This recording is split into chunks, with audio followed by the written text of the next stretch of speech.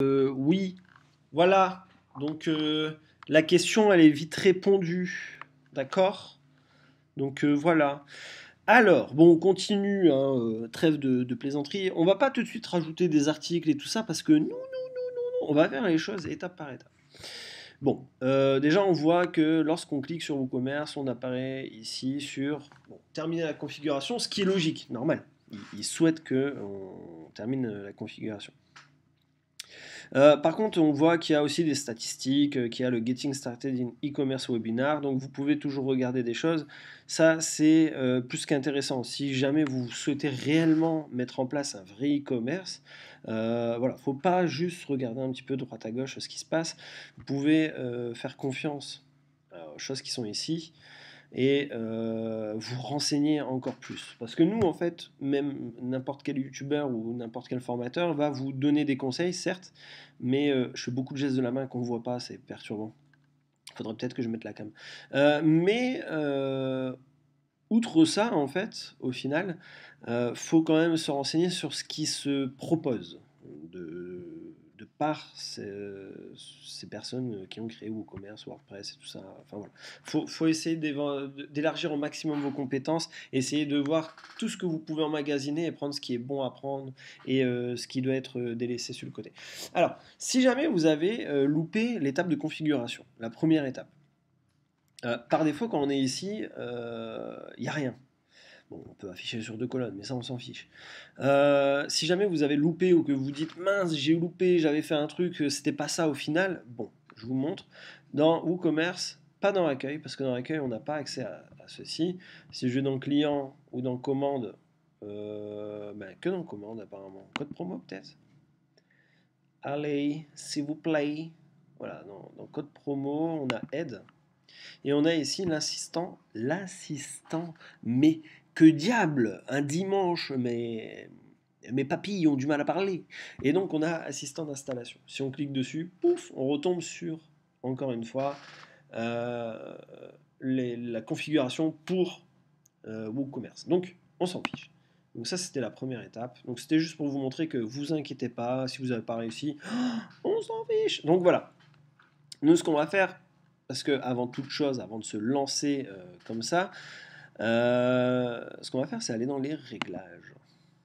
Aller dans les réglages, on va regarder un petit peu, on va éviter ce côté compliqué qui peut faire peur et qui peut rebuter pas mal de gens. Donc voilà, on va se lancer dans le WooCommerce, dans les réglages. Alors, important, il semblerait que votre boutique n'utilise pas de connexion sécurisée. Normal, je suis en local. Nous vous recommandons fortement de changer l'intégralité de votre site vers une connexion HTTPS.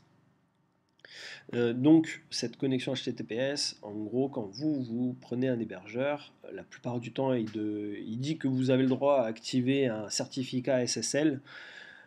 Donc c'est un certificat qui va permettre de sécuriser, de dire que le site est dit sécurisé, et donc du coup de rajouter le S au HTTP. Et comme je l'avais dit, c'était en français canadien, donc je vais finir cette phrase en français canadien pour mieux garantir la protection des données de vos clients. Bon, ça fait plus belge, on s'en fout. Alors, on retrouve nos informations de base. Adresse, ville, hop, ça on s'en fiche, on s'en fiche. Par contre, option générale, emplacement de vente, vendre dans tous les pays. Et c'est là que ça devient intéressant. Si nous, on ne souhaite pas vendre dans tous les pays, ben, il faut le stipuler. Donc, vendre dans tous les pays, à l'exception de, donc ça peut être intéressant si on est sur un point de vue international. Et après, on va dire, ben voilà, je souhaite ne pas vendre, par exemple, en Allemagne. Voilà, ça peut être des choses que l'on peut faire parce que soit c'est trop loin, parce que soit on n'a pas des accords, soit parce que ça devient trop cher à la livraison, etc., etc. Mais du coup, on peut faire aussi vendre dans certains pays. Et ici, on peut mettre par exemple la France et le Canada. Au Canada, voilà. Donc, je vais enlever Canada pour la blagouille. Donc, on vend dans certains pays. Ce pays, c'est la France. On pourrait en rajouter d'autres. Emplacement de livraison, vendre, donc livrer dans tous les pays où vous vendez. Donc ça, on verra un petit peu plus tard. Et adresse client par défaut, adresse de base de la boutique. Donc ça veut dire que si jamais quelqu'un envoie un mail, normalement il me semble que c'est ça, hein, cette option détermine un emplacement par défaut des clients. La base de données géolite, ah oui, c'est vrai, ok, d'accord, par rapport à la géolocalisation. Donc, activer les taxes. On peut ou pas l'activer. Si vous l'activez, vous allez avoir ce petit panneau-là qui va être affiché. Si jamais vous le désactivez, le panneau taxe, dis donc, sera enlevé. Donc je vais le laisser, parce que voilà, et activer l'utilisation de code promo, oui, bon, pourquoi pas, ça, de toute façon, dites-vous que si c'est là, on peut le changer à tout moment. Alors, par défaut, il ne me semble pas qu'il active le calcul de la taxe, donc si jamais vous devez l'activer, n'oubliez pas d'enregistrer chaque étape. Maintenant, on va regarder en gros les produits, parce qu'en gros, on va regarder un petit peu tout ça pour l'instant au niveau des réglages. Je vais juste survoler certaines choses, ce qui semble logique. Alors, WooCommerce fonctionne de la sorte. C'est une extension qui va nous permettre d'avoir une boutique e-commerce. Et dans une boutique e-commerce, il y a des pages qui sont obligatoirement créées, que nous, on n'a pas besoin de créer.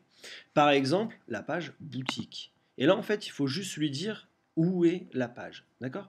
Donc, si jamais vous ne voulez pas que votre page boutique s'appelle boutique et qu'elle s'appelle plutôt Give me your money, eh ben vous pouvez. Donc, vous la créez, vous faites une nouvelle page, la page appelée Give me your money, et après, vous devez lui dire ici, eh ben, je veux que ce soit la page Give me your money qui soit la page boutique. Alors, ça a pour effet une chose. Il a créé, donc, vous voyez, à partir du moment où il y a ça, là, ce sont des pages qui ont été créées par WooCommerce. Moi, j'ai rien fait. Je pars vraiment à zéro. Je ne tiens pas à vous berner ou vous perdre parce que vous vous dites, bah, je ne comprends pas, il a déjà des articles, comment ça se fait, moi, j'ai pas du tout le même résultat. Non, on part de zéro. Donc, il a créé des pages et normalement, si on va sur ces pages, on peut voir que lui, en fait, il va juste rajouter un petit bout de code. J'ai eu un peu de mal à parler. Alors là, c'est pas visible. Par contre, si je vais, c'est dans panier, je crois. On va avoir le début des embrouilles. Voilà, on a le shortcode. Shortcode, WooCommerce, tiré du bas, carte. En fait, on va fonctionner beaucoup avec les shortcodes avec WooCommerce parce que nous, on n'aura pas beaucoup de choses à paramétrer. Lui, il a déjà tout fait pour nous en amont et nous, on va juste renseigner des produits, renseigner des catégories, renseigner des moyens de paiement, renseigner des codes promo. Et lui, en fait, il va gérer tout ça par des shortcodes, la plupart du temps. Donc, si je fais un petit aperçu dans un nouvel onglet,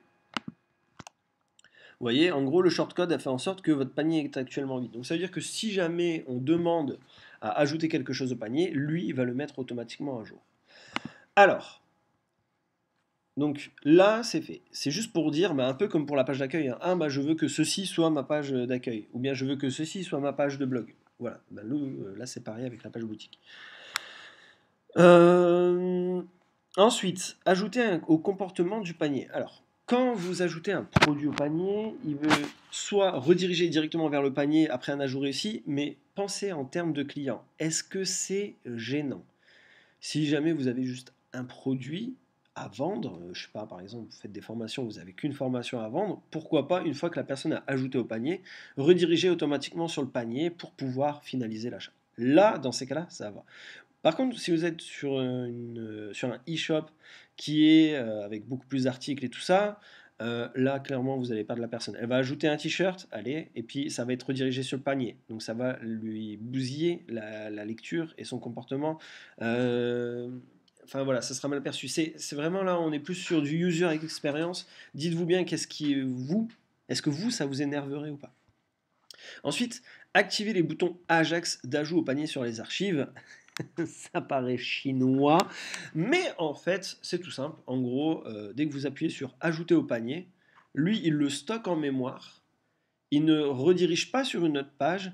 Et en fait, en gros, on aura le petit panier qui aura marqué un petit 1 avec du coup l'article, sans pour autant quitter la page ou quoi que ce soit. Donc, en gros, il va charger une page pour le mettre dans le panier, l'article, mais il va pas quitter la page qui est en cours. Donc, de l'Ajax, il me semble, si je dis pas de bêtises, c'est du JavaScript, ce qui permet d'éviter de relancer un reload, un rechargement de page.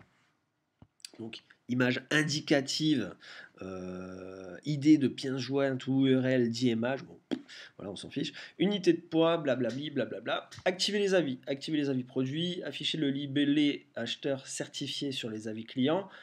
Ça, il me semble, c'est pour tout ce qui est dropshipping, je crois. Enfin, bref, vous pouvez le laisser, ça change rien vraiment.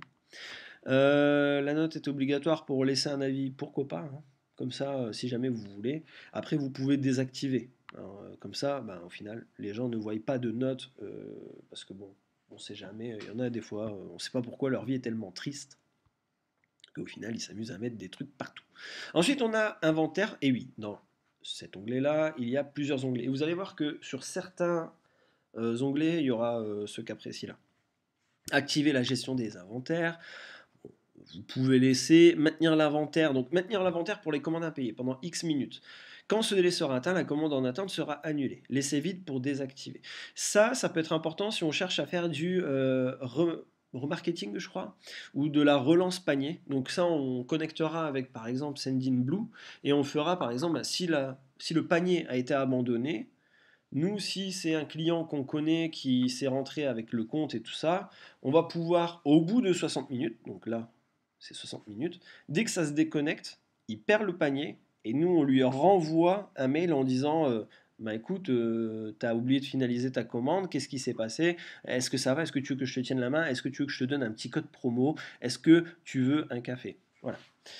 Donc activer les notifications d'inventaire faible, tout ça ce sont des choses, je ne vais pas dire oui, non, c'est bien, c'est pas bien. C'est vraiment en fonction de vous, ce que vous pensez.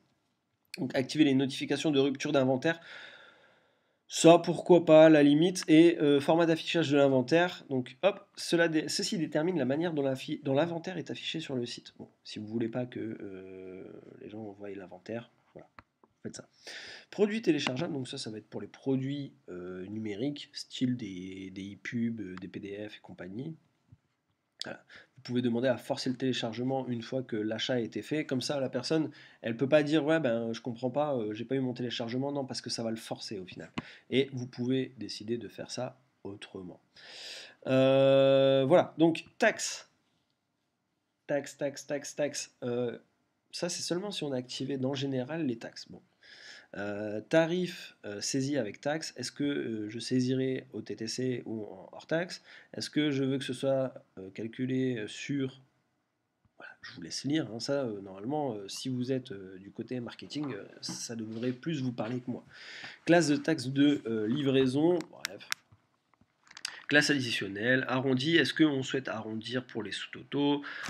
Voilà, c'est là vraiment, je pense que ça sert à rien que je détaille plus parce que voilà, il faut lire quoi. C'est tout simplement ça. Afficher des tarifs dans la boutique. Est-ce que vous voulez que ce soit en hors taxe ou en TTC?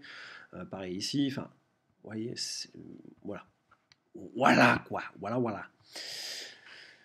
Donc ensuite on a les taux standards et puis c'est là qu'on va pouvoir définir nos taux standards, taux réduit, taux zéro. Donc ça on en parlera plus tard.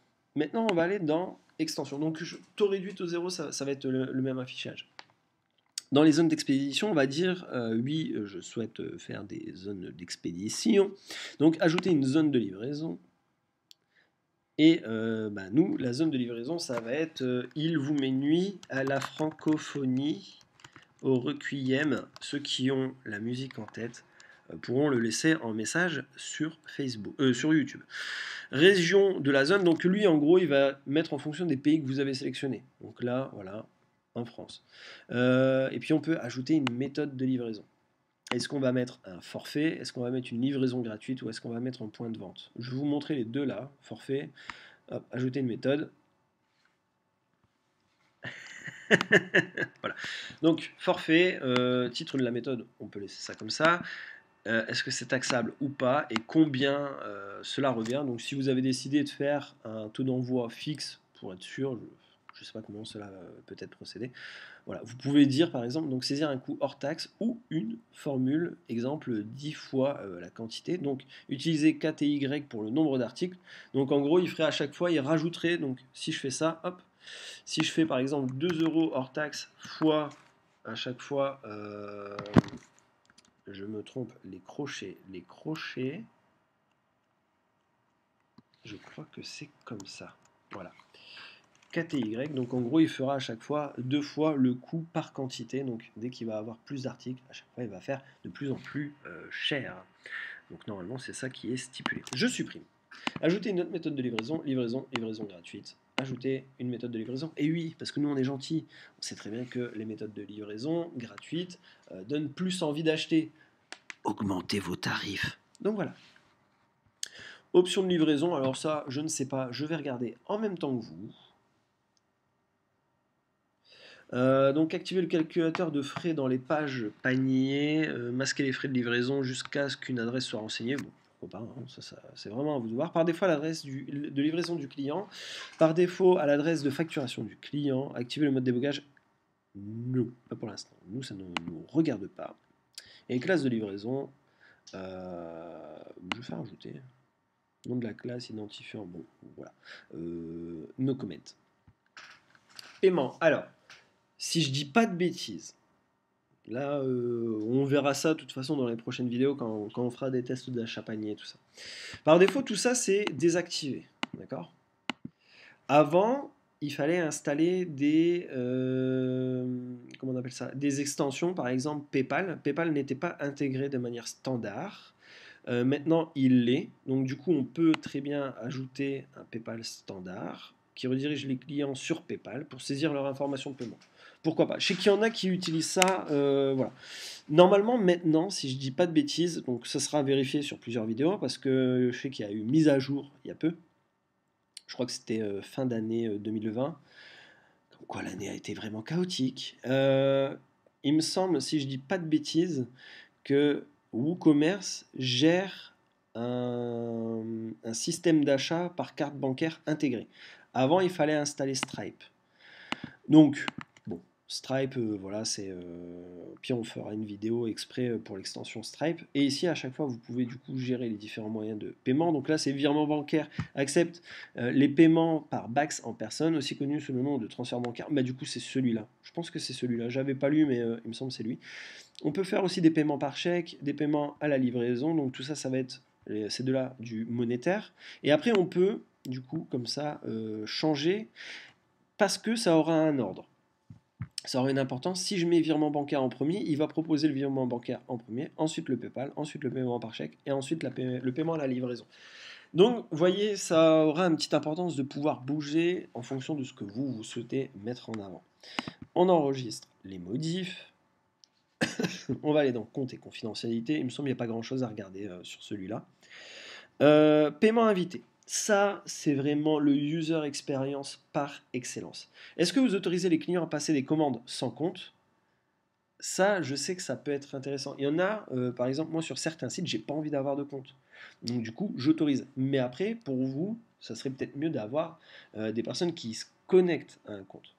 Donc, est-ce que vous autorisez ou pas le paiement invité? Voilà. Création du compte. Ça aussi, c'est important. Est-ce que vous autorisez les clients à créer un compte lors du processus de paiement? Donc, ça veut dire qu'il va commencer à faire son panier en tant qu'invité, en tant que. Voilà. Et après, au moment où il va payer, on va lui dire bah, écoutez, est-ce que vous voulez créer votre compte client à ce moment-là? Donc, au final, ça vient dans une continuité. Et au moins, on ne perd pas la personne. Parce que s'il arrive au bout du paiement et puis on lui dit bah non, il faut avoir un truc client ou je ne sais quoi, enfin bref, il va se dire ok, bah, c'est bon, ça me saoule, je m'en vais. Après, autoriser les clients à créer un compte sur la page Mon compte. Bon, si les personnes ils essaient de se connecter à Mon compte, ils n'en ont pas, on peut toujours demander à proposer de créer son compte client à ce moment-là. Lors de la création d'un compte, générer automatiquement un identifiant pour le client à partir du nom, donc voilà, ça c'est bien. Lors de la création d'un compte, générer automatiquement un mot de passe pour le compte. Il y en a, ils ne s'embêtent pas à créer des mots de passe, tout le monde n'est pas comme moi. Demande de suppression de compte, supprimer les données personnelles des commandes sur demande, donc ça c'est vraiment en fonction de vous. Hein. Ensuite, ici on a les politiques de confidentialité de l'enregistrement, bref, ça ce sont vraiment des choses à lire. Et là, des données personnelles, donc choisir combien de temps conserver les données personnelles quand elles ne sont plus nécessaires pour le traitement, ça va être vraiment en fonction de vous, c'est pour éviter de vous encombrer pour pas grand chose. Donc conserver les comptes inactifs, est-ce que pour vous, je sais pas, au bout d'un an, à la limite, vous trouvez ça plus intéressant parce que, admettons, si vous êtes dans du e-commerce, bon, bah voilà, si vous faites du vêtement, le but c'est d'avoir des gens qui sont plus ou moins actifs tous les autant de temps. Si vous faites de la e-formation, honnêtement, si vous proposez 3 formations et que les 3 sont complètement différentes, au bout d'un moment, les gens ils vont pas vouloir revenir. Donc voilà, vous pouvez paramétrer le fait de conserver des comptes inactifs un certain temps pour après épurer derrière. Conserver les commandes en attente. Du coup, à vous de voir, hein, si la personne n'a toujours pas payé, combien de temps vous voulez avant de faire un relance ou autre. Conserver les commandes échouées, donc pareil. Conserver les commandes annulées, pareil. Conserver les commandes complétées. Ça peut peut-être être intéressant de les conserver un certain temps. Donc là, il va me dire, vous n'avez pas enregistré, ah, même pas. Ici, les courriels, donc à chaque fois que la personne va faire une commande annulée, une commande échouée, une commande en cours, une commande de ce qu'on veut, une création de compte, bref, tout ça, il va recevoir un email. Donc ici, c'est ici que le courriel se met. D'accord? Donc, on va regarder, il suffit de cliquer, commande annulée par exemple. Ici, on a ça, destinataire, donc c'est nous. Sujet, site, title, donc le nom de notre site, ça sera le whoop. La commande numéro, et là il mettra le numéro de commande, a été annulé. Tout ça en fait ce sont des choses qui se gèrent automatiquement. Dès que vous voyez que c'est entrecroché, c'est que c'est géré automatiquement. Nous, on peut remplacer à la limite les choses qui sont à l'intérieur. Voyez. Par contre, faites attention de bien récupérer ces informations-là parce que ça va être important. Si vous lui dites la commande a été annulée et qu'il s'est passé laquelle, admettons il en a passé 3, vous voyez, vous êtes un petit peu nul, quoi. En tête du courrier, commande annulée numéro. Voilà. Merci de votre attention. Ça, c'est pour le contenu additionnel. Et donc, tout ça, en fait, ce sont des réglages HTML. Donc, on va revenir en arrière. Et ici, option de courriel de l'expéditeur, donc non from, voilà, enfin bref. Cette section vous permet de personnaliser les courriels WooCommerce. Donc, hop, je clique. Et donc, voilà à quoi ressemble votre email d'envoi. Donc ça après ça va être à modifier en fonction de vos choix, vos couleurs et tout ça, vos couleurs d'entreprise et tout ça, pour conserver une charte graphique cohérente. Ensuite intégration, ça va être avec des clés API, chose qui ne va pas du tout, mais du tout vous intéresser. Et ensuite on a avancé, où ici, voilà, il nous dit installation des pages. Donc, j'avais pu vous montrer la page panier. Donc, à chaque fois, lui, on va lui renseigner quel nom de page va obtenir le shortcode pour faire en sorte d'installer toute la puissance du e-commerce sans rien faire. Donc, ici, voilà, en gros, je vous recommande de ne pas trop changer. Conditions générales de vente, là par contre, voilà, vous pouvez créer une page marquée conditions générales de vente, le faire, parce que il y a des risques si vous n'affichez pas vos conditions générales de vente. Pareil, si vous ne proposez pas tous les trucs de cookies, tout ça, il y a des risques en termes légaux, donc il faut faire attention à toutes ces conditions obligatoires que vous devez faire en fonction d'un e-commerce. Et ça, pareil, ne touchez pas à moins que vous sachiez quoi faire. Ce sont des terminaisons qui vont se rajouter et ça va être des éléments qui vont être importants pour pouvoir faire du tracking ID sur Google Analytics. Alors peut-être ça s'appelle pas tracking ID, mais j'avais envie de le dire, ça faisait un peu mystérieux. Donc voilà, on en a fini pour la partie réglage. Après, on va voir comment créer enfin notre premier produit et on va voir comment cela réagit derrière.